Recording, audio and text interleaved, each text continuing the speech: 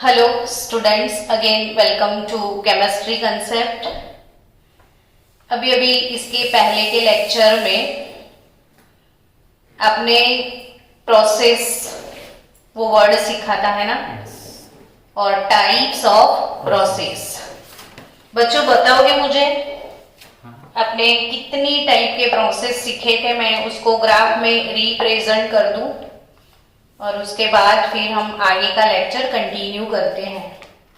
अगर मैंने कोई ग्राफ प्लॉट किया है, यहां पे प्रेशर क्वांटिटी लिया है और प्रेशर वर्सेस अगर वॉल्यूम का प्लॉट है, तो ये प्लॉट रिगार्डिंग क्वेश्चन भी आपको एग्जाम में आ सकते हैं।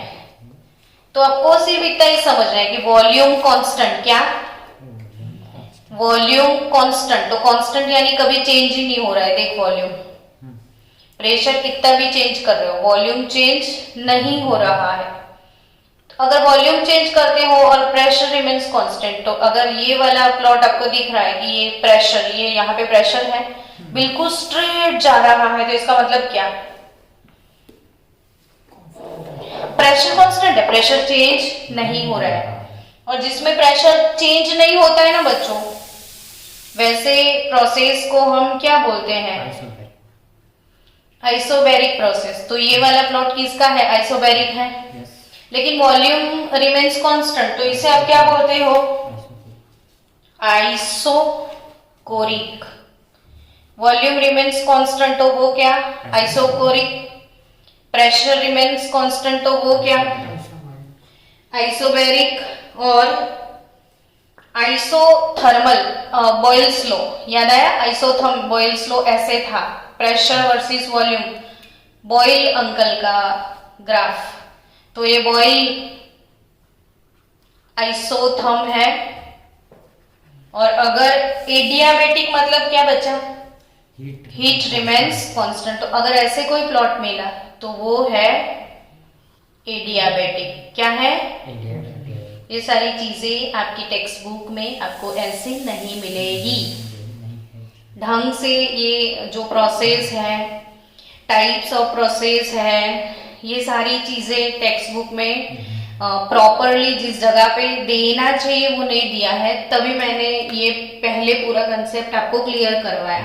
और इसीलिए टाइटल ही क्या था? Basic concept of thermodynamic. इसमें जो जो टर्म्स यूज होने वाले हैं मैंने वो आपको सिखाया आज।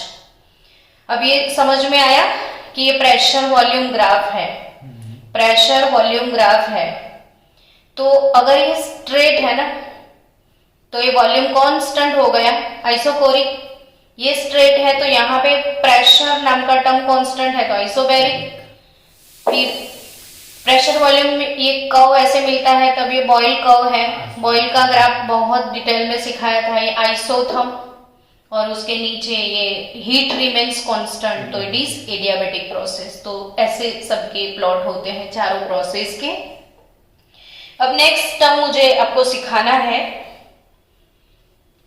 वो है स्टेट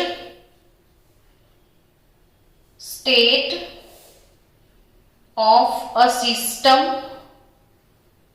क्या लिखा मैंने हेत? इसको रिपीट कर तो state of a system. Yes, state of a system. क्या लिखा? State of a system. And state variable. मैं क्या पढ़ा रही हूं आज? State variables.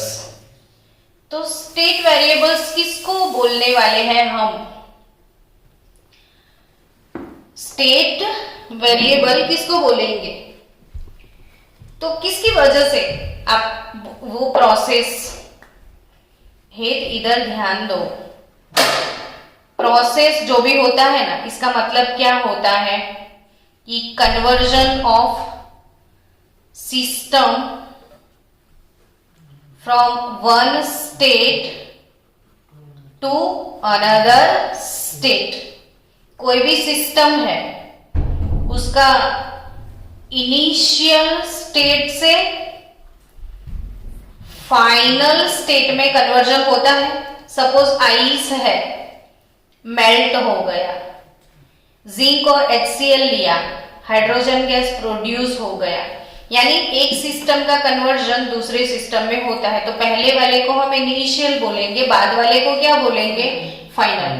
तो ऐसे ये सिस्टम कन्वर्ट हुई, लेकिन किसकी वजह से कन्वर्ट हुई, है ना। तो ये सारी प्रोसेस किसकी वजह से, ये सब किसकी वजह से होता है, ऐसे कौन से फैक्टर्स हैं। तो इसके अंदर वैसे ये सिस्टम एक स्टेट से अनदर स्टेट में आया, तो इसके अंदर जो भी मेजरेबल क्वांटिटीज, क्या मेजरेबल क्वांटिटीज है, क्या क्या हम मेजर कर सकते हैं, तो वो होता है प्रेशर, फिर वो होता है वॉल्यूम, वो होता है टेम्परेचर, ठीक है। तो उसे क्या बोलते हैं हम, स्टेट वेरिएबल्स। इसका भी कोई डेफिनेशन होता है, तो यस आप लिखो मेरे साथ कि दिस स्टेट, हर एक वर्ड को हम क्लियर कर ले ना थर्मोडायनामिक पढ़ने से पहले, ताकि उसमें आपको टफनेस ना लगे कहीं पे भी। The state of a system, the state of a system means the condition,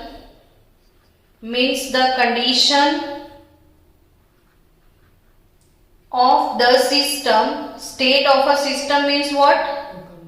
The condition of the system, which is described in terms of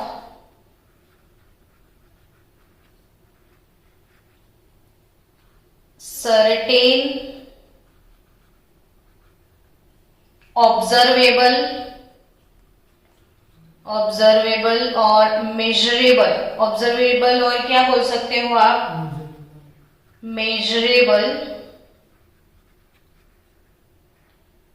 properties, observable और measurable properties such as what, तो pressure, volume, temperature, आप heat भी बोल सकते हो ना, of the system. This is called state variable. तो state variable किसको बोलोगे आप, चलो फिर से अब बात कर लो स्टेट वेरिएबल के बारे में। किसको बोलोगे स्टेट वेरिएबल, तो the state of a system means the condition of the system, कि अगर आपके पास अभी एक कंटेनर है, इसके अंदर कोई सिस्टम भरा पड़ा है, ठीक है, इसके अंदर कोई सिस्टम है, तो उस सिस्टम का प्रेशर कितना है, उस सिस्टम का टेम्परेचर कितना है, उस सिस्टम का वॉल्यूम कितना है, वो ऑब्जर्वेबल है या तो मेजरेबल है कि भाई इसका प्रेशर अभी 3 बार है, इसका टेम्परेचर अभी 400 केल्विन है, इसका वॉल्यूम अभी 2 लीटर है, ये बोल सकते हैं ना हम, ये 2 litre gas at 400 kelvin temperature 3 bar pressure है। तो ये सिस्टम का हम डिस्क्रिप्शन ये पीवीटी से किए, समझ में आया, तो उसे क्या बोलते हैं हम, स्टेट वेरिएबल। अब सपोज सिस्टम चेंज होके कोई दूसरे, इसके ऊपर जो भी एक्सपेरिमेंट हुआ, कोई दूसरे स्टेट में गया, तब उसका प्रेशर शायद चेंज हो गया हो, टेम्परेचर शायद चेंज हो गया हो, वॉल्यूम, तो हम ये बोल सकते थे पहले इतना टेम्परेचर था, अब इतना टेम्परेचर है, पहले वॉल्यूम 2 लीटर था, अब 4 लीटर हो गया, पहले प्रेशर इतना था, अब प्रेशर इतना, तो ये चेंज आया इसमें, और चेंज आया तभी तो आप इसका डिस्क्रिप्शन कर पाओगे ना कि इसमें क्या हुआ, प्रेशर इंक्रीज हुआ, डिक्रीज हुआ, ये सब चीजें। तो the state of a system means the condition of the system, है ना, the condition of the system which is described in terms of observable properties such as pressure, volume, temperature of the system is called state variables. तो आप समझ रहे हो ऐसा मेरा feeling है, सही है ना? ओके, नेक्स्ट अभी हम सीखने के लिए जा रहे हैं और एक one of the most IMP word है ये थर्मोडायनेमिक का, which is a state function. कौन सा वर्ड सीखोगे आप? State function. क्या सीखने वाले हो? State function. तो स्टेट फंक्शन क्या होगा ये सबको पता होना चाहिए, क्योंकि हम जैसे जैसे आगे थर्मोडायनेमिक्स में डिफरेंट वो फंक्शंस पढ़ेंगे, तब हर एक फंक्शन के बारे में बोलेंगे कि ये स्टेट फंक्शन है या नहीं है। इसके रिलेटेड आपको नीट में MCQ आएंगे कि following which function is a state function, है ना? नीट जेई कॉम्पिटिटिव लेवल का ये एक अच्छा टॉपिक है, यहाँ पे बजर बजता है, समझ रहे हो? तो स्टेट फंक्शन याद रखोगे अब, है ना? तो स्टेट फंक्शन क्या होगा? तो ऐसे फंक्शंस, क्या बोला मैंने? Okay, such functions which depends upon state only, which depends upon state only but does not depend upon the method to obtain this state. State पे डिपेंड करेगा, लेकिन उस स्टेट पे आने के लिए कौन सा मेथड आप यूटिलाइज करते हो उस पे डिपेंड नहीं करेगा। चलो, कोई बंदा जो है वो ऐसे ग्राउंड फ्लोर पे खड़ा है, ठीक है, और ये इसको चढ़ गई कंप्लीट, कुछ प्रॉब्लम हो गया लाइफ में और ये 5वीं माले की बिल्डिंग पे चढ़ गया। किधर चढ़ गया? 5th फ्लोर पे चढ़ गया बिल्डिंग के। और अगर आपने शोले पिक्चर देखा है तो वो डायलॉग मुझे याद आता है, हाथ में बॉटल लियो धर्मेंद्र बसंती नहीं गाँव वालों, है ना? और वो एक धमकी देता है कि मैं इधर से गिर जाऊंगा। मुझे क्या सिखाना है अभी? देखो कि पहले ये स्टेट था, अभी ये स्टेट है। ये समझो कि अभी स्टेट पे वो चला गया, तो ये एक प्रॉपर हाइट के ऊपर है, तो इसका जो पोटेंशियल एनर्जी है, क्या पोटेंशियल, इसकी क्या पोटेंशियल एनर्जी जो भी है वो कितना होगा? तो mgh जितना होगा, यानी depends on his mass, gravitational acceleration and height of this building. लेकिन बच्चों, वो बिल्डिंग के ऊपर कैसे चढ़ा? सीढ़ियों से चढ़ा, लिफ्ट से चढ़ा, या डायरेक्ट हेलीकॉप्टर से इधर उतरा? उससे इसको क्या लेना देना पोटेंशियल एनर्जी, है ना?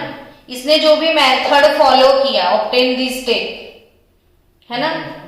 तो ये स्टेट को ऑब्टेन करने के लिए वो जो भी मेथड फॉलो करके आया, उसे पोटेंशियल एनर्जी को क्या लेना देना? अगर वो इधर है तो ऑब्वियसली उसका पोटेंशियल एनर्जी हो जाएगा mgh, यानी पोटेंशियल एनर्जी कैसा फंक्शन है? स्टेट फंक्शन है। पहले मैं एक काम करती हूँ, उसका डेफिनेशन आपको लिखवा दूं, फिर उसके बाद उसके थोड़े बहुत एग्जाम्पल करवाओ। तो आप लोग सब मेरे साथ लिख देना कि अ फिजिकल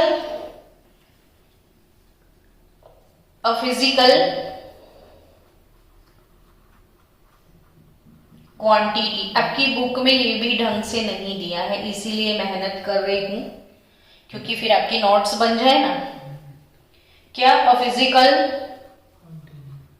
क्वांटिटी, घर पे जाके नोट्स बनाओगे?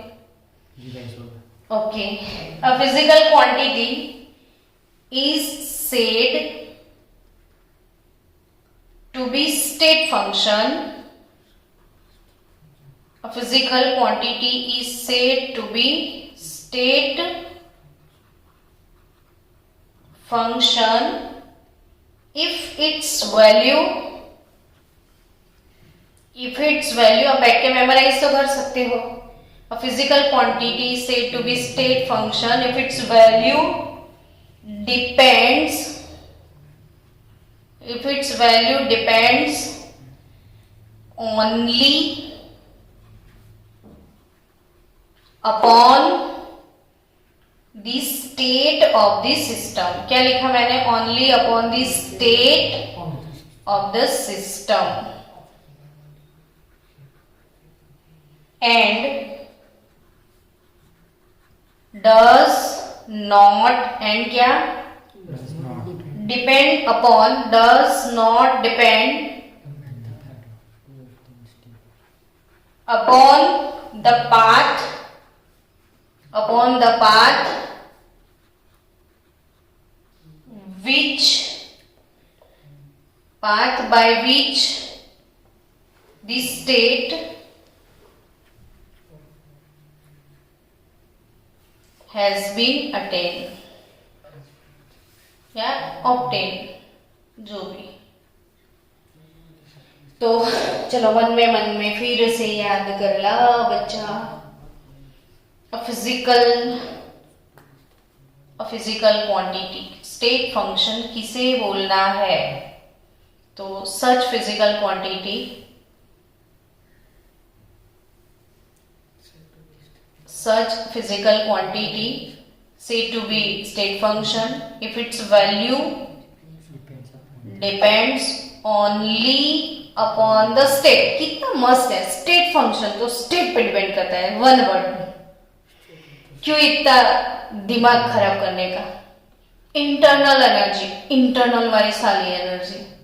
केमिस्ट्री में हमेशा ऐसा होगा, वर्ड से आप आंसर दे सकते हो अगर आप फील करो तो स्टेट फंक्शन स्टेट वाला फंक्शन है ना, यानी फिजिकल क्वांटिटी से to be state function if its value depends only upon the state of the system, does not depend upon the path by which the state has been attained. कौन से state से आपने attain किया, ये height doesn't matter, लेकिन अगर आप इस हाइट पे हो तो आपका पोटेंशियल एनर्जी वही होगा mgh।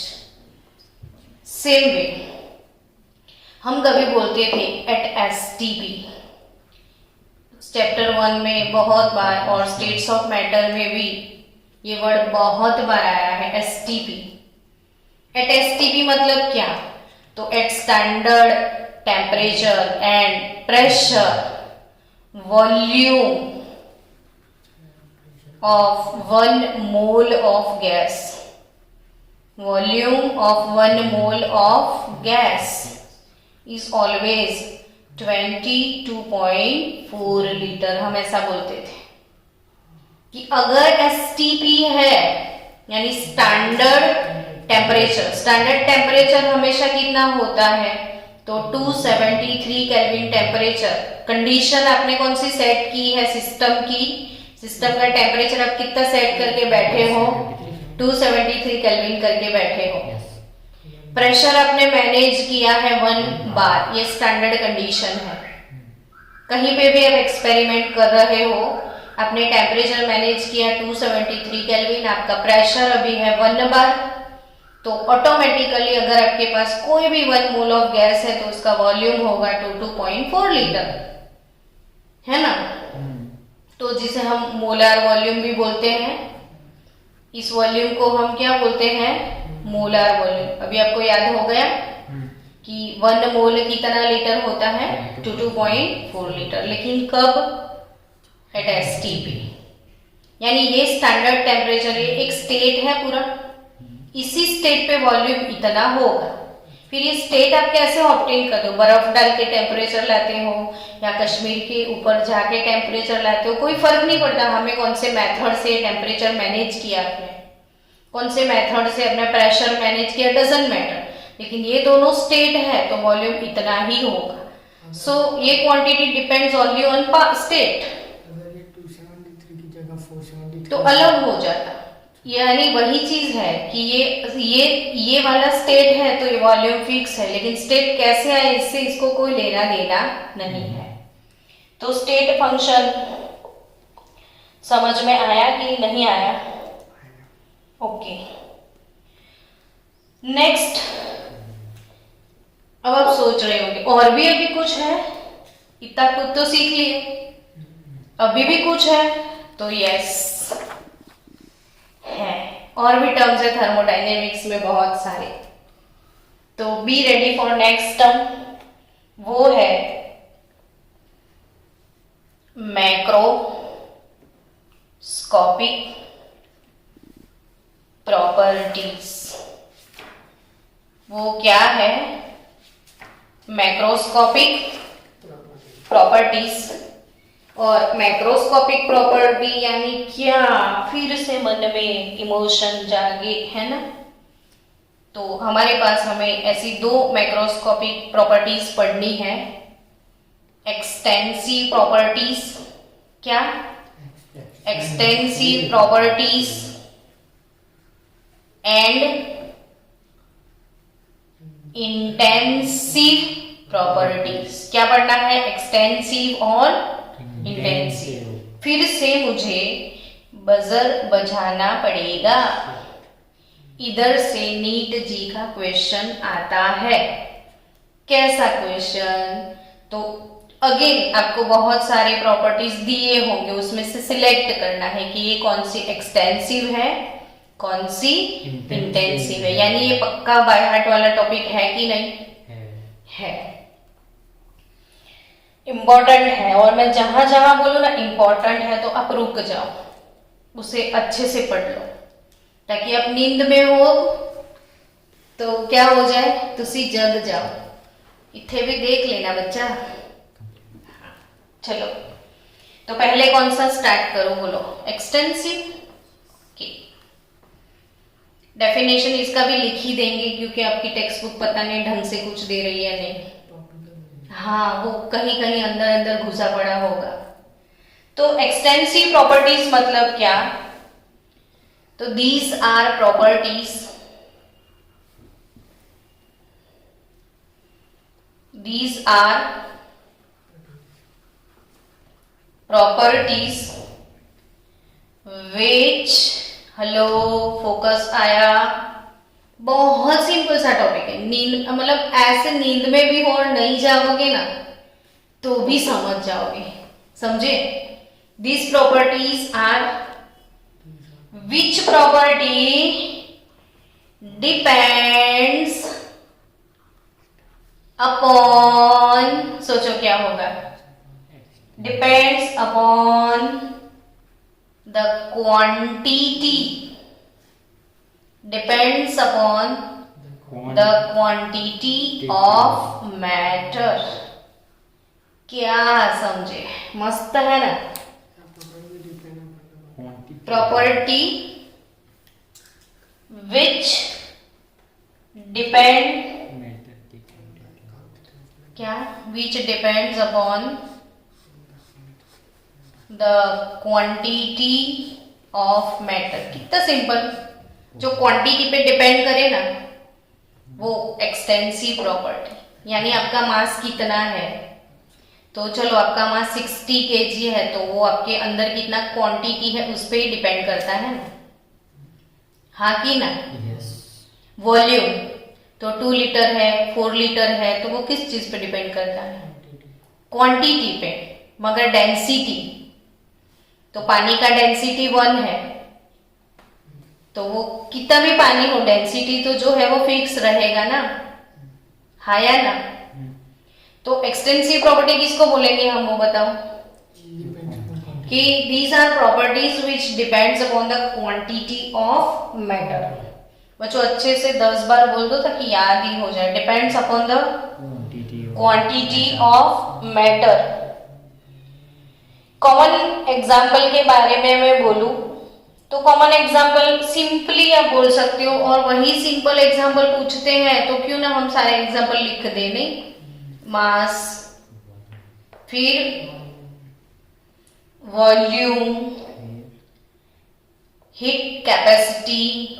अब आप बोलोगे ये क्या है, तो ये थर्मोडायनेमिक का एमपी टॉपिक है, पीछे आने वाला है, लेकिन चैप्टर इसी चैप्टर में है तो यहाँ पे इसको क्लासिफाई कर दे। तो मास, वॉल्यूम, हीट कैपेसिटी। अब हीट कैपेसिटी वन वर्ड में मैं बताऊं कि कोई सब्सटेंस है, उसका टेम्परेचर आपको चेंज करना है जस्ट 1 डिग्री, क्या? तो उसके लिए उसको क्या प्रोवाइड करना पड़ेगा? टेम्परेचर इंक्रीज करने के लिए आप क्या प्रोवाइड करोगे? हीट प्रोवाइड करोगे ना। तो heat required to increase temperature is called heat capacity. कितना सिंपल सा वर्ड है। तो ये हाँ, CP CV at constant pressure at constant volume, वो सब बहुत अच्छे से मैंने एक्सप्लेन किया है पीछे। तो मास, वॉल्यूम, हीट कैपेसिटी, फिर आपको इसमें थर्मोडायनेमिक में जितने भी वर्ड्स आने वाले हैं, तो इंटरनल एनर्जी अभी अभी शायद मैंने पढ़ाया, किसको याद है? बोलो आप दोनों में से। याद है अर्पित? क्या सिंबल था इसका? यू। हीट कैपेसिटी, कैपेसिटी है ना, तो इसके हिसाब से वो सी, एट कांस्टेंट प्रेशर तो सीपी, एट कांस्टेंट वॉल्यूम तो सीवी। मास तो एम, वॉल्यूम तो V, heat capacity CP and CV, capacity at constant pressure, heat capacity at constant volume, फिर इंटरनल एनर्जी यू। फिर आपको पढ़ना है इसमें एंथैल्पी, और शायद एंथैल्पी वर्ड तो मैंने इतनी बार बोला है। एंथैल्पी यानी एनर्जी, और एंथैल्पी आयोनाइजेशन एंथैल्पी, तो हम एंथैल्पी का सिंबल एच लिखते हैं। एंथैल्पी का सिंबल क्या? देखो, आयोनाइजेशन एनर्जी तो डेल्टा आई एच नहीं लिखते थे, तो ये चेंज इन एंथैल्पी था। तो एंथैल्पी का सिंबल क्या होगा? एच। फिर इसमें यही चैप्टर में आपको पढ़ना है एंट्रोपी। क्या? एंट्रोपी, उसका सिंबल रहेगा एस। फिर आपको इस चैप्टर में पढ़ना है गिब्स फ्री एनर्जी। नहीं सिखाया? सिखा दिया, एक वीडियो में है। एक वीडियो में है गिब्स फ्री एनर्जी। 12th वाले दिया था रेडॉक्स। यस यस, हाँ रेडॉक्स में शायद मैंने गिब्स फ्री एनर्जी मेंशन। तो ऐसे ही हर एक चैप्टर में आएगा। अब ये अब ना 12th में आओगे ना, तो फिजिकल केमिस्ट्री के सभी चैप्टर में इसके दर्शन आपको होंगे ही होंगे, और इसके दर्शन किए बिना तो हमारा उद्धार है ही नहीं। तो ये गिब्स अंकल का गिफ्ट है ना, तभी सिंबल इसका जी है। जी है, ग्रेटर देन इक्वल टू और स्मॉल। हाँ, तो गिब्स फ्री एनर्जी जी होता है। तो ये जितने भी मैंने लिख दिए ना बच्चों, वो सारे कैसे प्रॉपर्टी है? एक्सटेंसिव। तो आपको ये ऑप्शन में ये नंग पूछ लिखे होंगे, और आप इन लोगों को सिलेक्ट करोगे कि भाई तू क्या है, तो वही क्वेश्चन नीट के क्वेश्चन है। हाँ, ये समझ गए? मैंने दूसरा पीटअप कर दिया। पंखा मत करो, आवाज बहुत आएगी इसमें। तो एक्सटेंसिव प्रॉपर्टी क्लियर? चलो नेक्स्ट, इंटेंसिव प्रॉपर्टी। नेक्स्ट कौन सी? इंटेंसिव। तो एक्सटेंसिव की ऑपोजिट क्या होगी? इंटेंसिव। तो अब तो मैं नहीं बताऊंगी ना डेफिनेशन, तो भी आप बोल दोगे मुझे पता है। क्या? Yes, these are property which does not depend upon the quantity of the matter. Simple सा डेफिनेशन है कि which does not depend upon the quantity of matter। Simple सा प्यारा सा टॉपिक है, समझ में ना आए ऐसा टॉपिक ही नहीं है। तो इंटेंसिव प्रॉपर्टी किसको बोलते हैं बताओ ना? Which does not depend upon the quantity of matter. अब इसके भी एग्जांपल ये लोग तो छोड़ेंगे नहीं आपको पकड़ के रखते हैं नहीं, हमेशा परेशान करने के लिए कौन मिलता है उसको? तो हमारे बच्चे। Does not depend upon the quantity of matter, तो ऐसे कौन से प्रॉपर्टी है, तो वो भी सारे लिख दे ताकि जब भी पूछे आपको कोई प्रॉब्लम ही ना हो। तो जैसे टेम्परेचर, वो क्वांटिटी पे नहीं डिपेंड करेगा। अब थोड़े से पानी का टेम्परेचर भी 20 डिग्री हो सकता है, बकेट भर के भी लो 20 डिग्री हो सकता है। तो टेम्परेचर, उसका सिंबल बोलते जाओ, टी। Pressure, P. फिर रिफ्रैक्टिव इंडेक्स, ये अपने 10th में पढ़ा होगा, फिजिक्स में पढ़ोगे। रिफ्रैक्टिव इंडेक्स ईटा होता है ना वो। फिर विस्कोसिटी, विस्कोसिटी ये इसको बहुत डिटेल में हम पढ़ाने वाले हैं, सरफेस टेंशन और विस्कोसिटी को। फिजिक्स में है, केमिस्ट्री में भी हम सिखाएंगे विस्कोसिटी। फिर डेंसिटी तो आप जानते हो, विस्कोसिटी यानी चिकनापन। विस्कस वर्ड आप कभी बोलते हो, विस्कस है यानी चिकना है।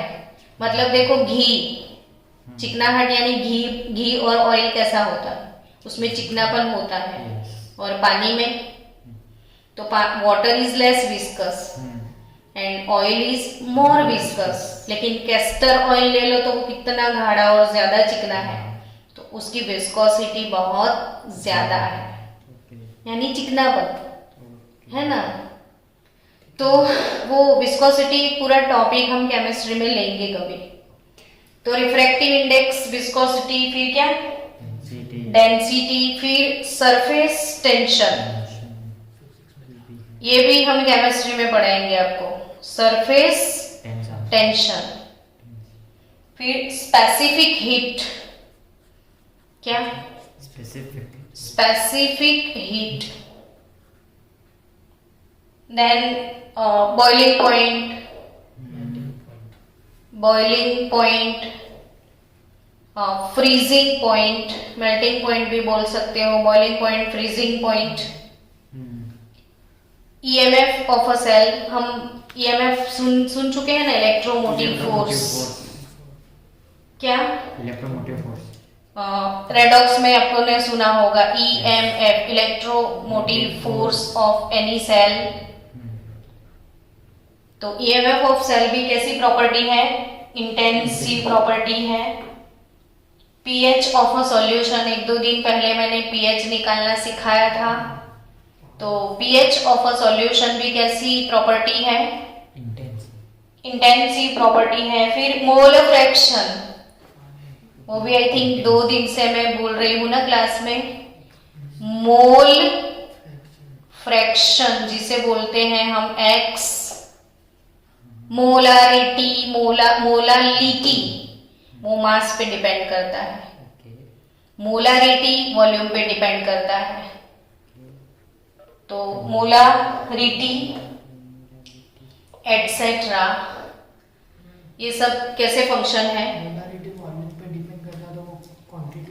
नहीं, वो वॉल्यूम पे डिपेंड करता है लेकिन क्वांटिटी पे नहीं। मोलारिटी जो कंसंट्रेशन है उसकी बात है। तो EMF of a cell, pH of a solution, mole fraction, ये सब कैसे प्रॉपर्टीज है, इंटेंसिव प्रॉपर्टी। कैसे प्रॉपर्टी है, इंटेंसिव प्रॉपर्टी। तो बच्चों एक इंपॉर्टेंट बात मैं आपको सिखा रही थी इधर, कि जो बॉइलिंग पॉइंट है ना, क्या बॉइलिंग पॉइंट, वो कैसी प्रॉपर्टी है, इंटेंसिव है। ठीक है, इंटेंसिव कैसी प्रॉपर्टी है, बट एक इंपॉर्टेंट बात की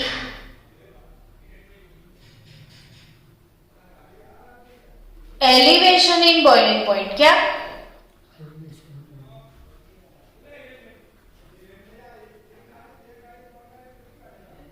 आंसू लख्યું છે elevation in boiling point. Boiling point intensive है, but elevation in boiling point कैसा है, एक्सटेंसिव।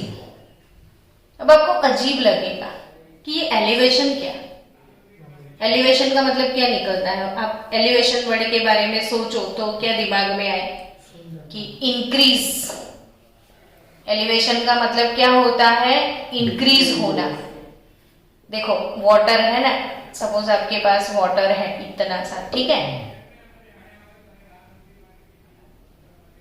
तो वाटर का बॉइलिंग पॉइंट कितना है? 100 डिग्री सेल्सियस है कि नहीं? बॉइलिंग पॉइंट ऑफ वाटर कितना है? 100 डिग्री सेल्सियस है। अब आपको एक चीज नहीं पता होगी, इसमें आप सॉल्ट डालोगे ना, क्या ऐड करोगे? सॉल्ट। तो उसका जो बॉइलिंग पॉइंट है ना वो इंक्रीज हो जाता है। पानी में सॉल्ट डालने से बॉइलिंग पॉइंट इंक्रीज हो जाता है। पहली बार सुना ना लाइफ में? नहीं, आपकी मम्मी रोज यूज करती है ये फंडा। वो प्रेशर कुकर में कुछ भी वो बॉईल करने के लिए रखती है तो उसमें सोडा या तो थोड़ा सा सॉल्ट डालती है ताकि वो जल्दी से बॉईल हो जाए। मम्मी नहीं जानती है लेकिन मम्मी यूटिलाइज करती है फंडा को। तो एलिवेशन इन बॉइलिंग पॉइंट, अभी सॉल्ट, थोड़ा सा सॉल्ट डाला तो इंक्रीज होगा, और सॉल्ट डालोगे तो, और सॉल्ट डालोगे तो जितना सॉल्ट डालोगे उतना इंक्रीज होगा। यानी वो डिपेंड्स अपॉन द क्वांटिटी। तो कितनी अमेजिंग बात है। बॉइलिंग पॉइंट इंटेंसिव है लेकिन elevation in boiling point extensive. वैसे फ्रीजिंग पॉइंट, क्या बोला मैंने? फ्रीजिंग पॉइंट जो है वो कैसा प्रॉपर्टी है? एक्सटेंसिव, सॉरी इंटेंसिव है। तो वैसा ही सेम, पहले इसमें क्या बोलने वाले हो आपने? फ्रीजिंग पॉइंट है ना, इसमें डिप्रेशन होता है या डिक्रीज होता है। तो depression in freezing point is extensive. आया समझ में? इसमें भी तो यस, आइसक्रीम जब जमाते हैं ना तो उसका जो संचा बोलते हैं या मशीन बोलते हैं, तो उसके आजू बाजू जिसमें वो कंटेन डाल दिया आपने, वो दूध वो गर्म करके, तो उसके आजू बाजू वो आइस डालते हैं ना, इसमें सॉल्ट डालते हैं बहुत सारा। तो वो सॉल्ट में अगर आप आइस डालोगे तो उसका फ्रीजिंग पॉइंट डिक्रीज हो जाएगा। आइस का फ्रीजिंग पॉइंट 0 डिग्री सेल्सियस है और सॉल्ट डालोगे तो डिक्रीज हो जाएगा, तो जल्दी ठंडा हो जाएगा। तो बॉइलिंग पॉइंट इंक्रीज होता है। प्रेशर कुकर में कठोर वगैरह हम पकाते हैं तो इसमें सोडा डालो, बॉइलिंग पॉइंट इंक्रीज हो जाए तो वो जल्दी से सीज जा, मतलब वो हो जाते हैं। और आइस में अपने सॉल्ट डाल दिया तो फ्रीजिंग पॉइंट डिक्रीज हो जाता है, डिप्रेशन आ जाता है। तो ये दोनों बॉइलिंग पॉइंट और फ्रीजिंग पॉइंट एक इंटेंसिव है, but elevation in boiling point and depression in freezing point कैसे हैं? और एक अमेजिंग बात जानने से पहले मैं बता दूं कि रेशियो, क्या बोला मैंने? Ratio of two extensive property that is equal to हमेशा इंटेंसिव प्रॉपर्टी। क्या बोला मैंने? रेशियो ऑफ टू एक्सटेंसिव, मतलब कोई एक्सटेंसिव प्रॉपर्टी आपने लिया, डिवाइडेड बाय अगेन कोई एक्सटेंसिव प्रॉपर्टी लिया, तो उसका आंसर हमेशा कैसा होगा? इंटेंसिव होगा। तो ये एक एडिशनल नॉलेज के लिए मैंने बताया है कि ratio of two intensive properties, sorry ratio of two extensive property वो हमेशा होगा इंटेंसिव। हाँ या ना? कैसे, ऐसा सोच रहा है तू? चल मैं तेरे को बता दूं मोल फ्रैक्शन के बारे में। मैंने अभी अभी बोला था ना कि मोल फ्रैक्शन कैसा है? इंटेंसिव है, तो वो x है। तो मोल फ्रैक्शन कैसे निकालते हैं? तो number of moles upon total number of moles होता है ना, number of moles upon total number of mole. तो ये नंबर ऑफ मोल एक्सटेंसिव, जितना क्वांटिटी होगा उतने मोल होंगे, और टोटल नंबर ऑफ मोल भी वही क्वांटिटी पे, और दोनों का रेशियो लेगा तो मोल फ्रैक्शन मिल जाएगा। वो कैसा हो जाएगा? Intensive property. समझ गए? तो वही चीज है ratio of intensive is equal to extensive. नहीं ऐसा नहीं होगा। तो यानी कि चलो ओवरऑल ये टर्म भी आपको समझ में आ गया। अब और 2-3 टर्म है वो भी सीखने हैं। तो बच्चों कल रखे वो